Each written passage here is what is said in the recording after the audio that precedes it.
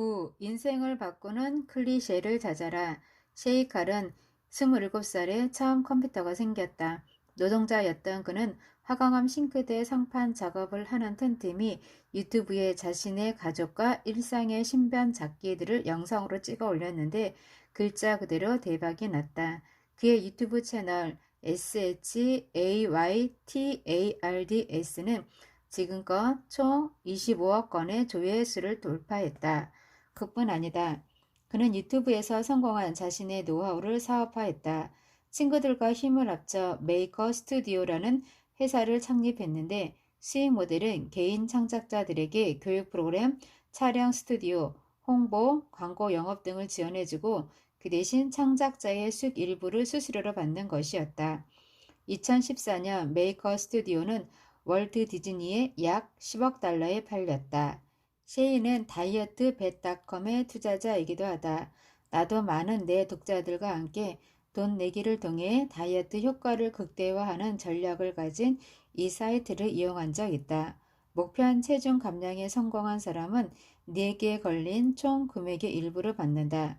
지금껏 이 사이트를 이용한 사람들이 감량한 체중은 225만 킬로그램, 다이어트벳닷컴이 지급한 돈은 2,100만 달러가 넘는다. 인생의 비밀은 클리셰에 숨어 있다. 5명의 아이를 키우는 평범한 30대 가장이 어떻게 이런 엄청난 성공을 거둘 수 있었을까? 셰이는 45kg의 체중을 감량하기 위해 자전거를 타던 날을 떠올린다. 장소가 어디였는지 정확하게 기억난다. 문득 인생의 비밀은 클리셰라는 단어 뒤에 숨어 있다 라는 생각이 들었다. 너무 많이 들어 평범하고 진부해진 그런 곳에 진리가 숨쉬고 있다는 생각이 들면서 인생이 바뀐 것 같다. 우리는 채소를 많이 먹으라는 얘기를 귀에 못이 박히도록 듣지 않는가? 그런데 진짜 채소를 많이 먹어야 건강하게 장수하지 않는가? 나는 아무도 거들떠보지 않는 클리셰의 힘에 새롭게 주목했고 그게 성공 비결의 전부다. 솔깃한 이야기가 아닐 수 없다. 성공하고 싶다면, 행복하게 살고 싶다면 뻔하다는 이유로 무시하고 등한시했던 클리셰들을 찾도록 하자. 그중 시험 가능한 행동을 취해보는 것이 어떻겠는가. 당장 할아버지, 할머니들을 찾아뵙도록 하자. 다른 방법이 없을 때는 그냥 열심히 하라. 셰이는 알코올 중독을 극복한 사람이다. 중독에서 빠져나오기란 어려운 일이다. 인간은 중독과 쉬운 것으로 끊임없이 향하는 강력한 경향을 갖고 있기 때문이다. 그는 이렇게 말했다. 고통을 잊고자 술을 마시는 건 쉽다. 다음날 아침에 일어나지 않고 운동을 빼먹는 것도 쉽다. 맥도날드의 드라이브 스루를 이용해 빅맥 세트를 사 먹는 것도 쉽다. 너무도 쉬운 것에 둘러싸여 있다는 느낌이 너무 싫었다. 그래서 어려운 것 중에 내가 할 수 있는 게 무엇일지 생각해 보았다. 술을 끊는 것이었다. 하지만 방법을 몰랐다. 그때 할아버지의 말씀이 성강처럼 스치고 지나갔다. 내 손자 셰이, 다른 방법이 없을 때는 그냥 열심히 하렴. 그러면 된단다. 셰이가 요즘 깊이 붙들고 있는 클리셰는 우리는 죽는다다. 그는 인생은 짧고 언젠가는 죽는다는 사실을 떠올리며 마음을 다스린다. 세네카를 비롯한 철학자들의 글을 노트에 옮기고 호스피스 병동을 방문하고 해변의 모지를 산책하고 최근에 세상을 떠난 사람들의 자서전을 읽으며 새로운 사업과 삶을 구상한다. 작은 클리셰 하나가 새로운 시도와 도전을 일상에 불어넣은 것이다. 그는 내가 큰 흥미를 느끼고 즐거워하자 뭉치면 살고 흩어지면 죽는다는 클리셰를 큰 인심을 쓰듯 선물했다. 뭉치면 혼자 있을 때보다 엄청나게 큰 힘을 발휘하지 않는가? 적을 무찌르거나 사람을 치유해주는 케어 베어들을 한 곳에 모아놓으면 굉장한 위력을 발휘하지 않을까? 다른 방법이 없을 때는 그냥 열심히 당신만의 클리셰를 찾아보아라. 10. 아름다운 것은 빠르게 사라진다. B.J. 밀러는 캘리포니아 대학교의 완화치료 전문의이자 젠 호스피스 프로젝트의 자문위원이다. 존엄하고 품위 있게 삶의 마지막을 맞이할 수 있는 방법을 깊이 통찰한다. 한마디로 죽음 전무가다. 지금껏 그는 죽음을 앞둔 1000명의 환자를 인도하면서 작은 변화가 우리 삶을 극적으로 개선해 줄 수 있다는 사실을 깨달았다. 2015년 삶의 끝에서 진정 중요한 것은 이란 주제로 펼친 그의 테드 강연은 그의 가장 높은 조회수 15위 안에 들었다. 결국엔 사라진다는 사실에 경배하라. 그는 힘든 일이 있을 때면 하늘을 올려다보라고 권한다. 1분 동안 밤하늘을 쳐다보면 우리가 모두 같은 시간에 같은 별에 있다는 사실을 새삼 깨닫는다. 지구는 우리가 아는 한 생명이 존재하는 유일한 행성이다. 그리고 우리가 지금 바라보고 있는 별은 빛이 이곳에 도착하는 순간에는 더 이상 존재하지 않는다. 이처럼 우주에 관한 사실이 경외심을 선물할 때 우리의 불안과 두려움은 차분하게 가라앉는다.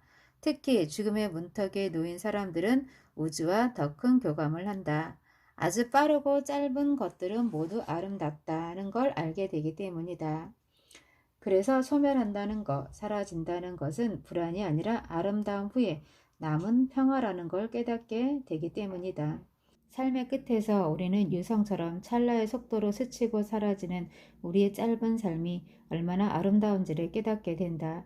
밀러는 그걸 좀 더 일찍 발견하는 사람이 더 풍요하고 행복한 삶을 살게 된다는 사실을 알려주고 있다. 삶은 매 순간 예측할 수 없이 변하기 때문에 아름다운 것이다. 한평생 아무것도 변하지 않는다면 분명 지루함을 참지 못하고 중간에 뛰어내리느라 그 누구도 생의 마지막 역에 도착하지 못할 것이다.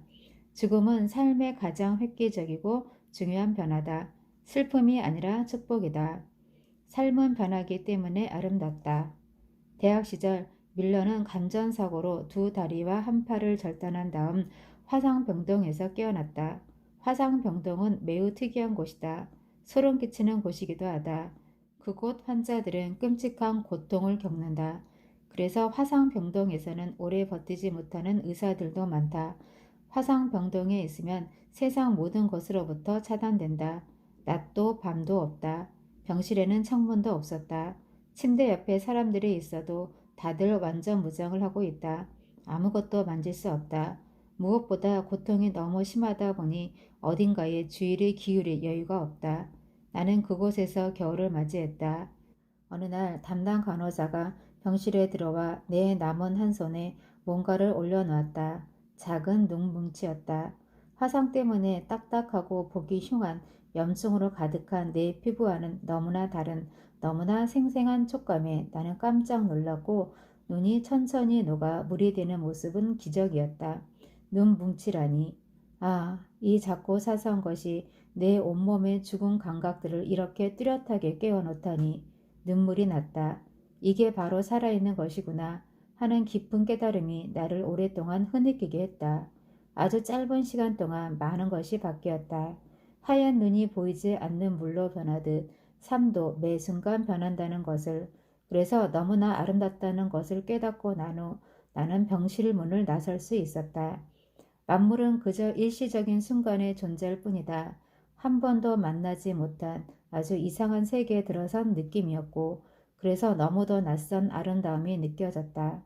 하나의 오랜 세상을 빠져나와 새로운 세상의 문을 활짝 연 느낌이었다. 몹시 강렬한 경험이었다. 생의 모든 순간을 사랑하라. 두 다리와 한 팔을 잃은 사람이 생의 마지막 순간에 잃은 환자들을 보살피는 의사가 되는 삶은 또 얼마나 아름다운가. 절망과 비탄에 잠겨 생을 마감할 수도 있었던 사람이 새로운 생의 출입구를 발견하는 순간은 또 얼마나 경이로운 아름다움인가. 밀러는 마지막으로 이렇게 말했다. 살아있다는 사실 자체만으로 우리는 충분히 보상받고 있다. 상황이 어려울수록, 두려움에 휩싸일수록, 앞이 보이지 않을수록 우리는 매 순간 살아있음에 감사해야 한다. 매 순간 구두끈을 고쳐매고 배낭을 짊어진 채 삶에 집중해야 한다. 지금 뭔가 마음에 들지 않고 좌절하기 쉬운 곳에 있는가? 그렇다면 그건 아름다운 희망으로 가득 찬 곳으로 갈 날이 멀지 않았다는 뜻이다.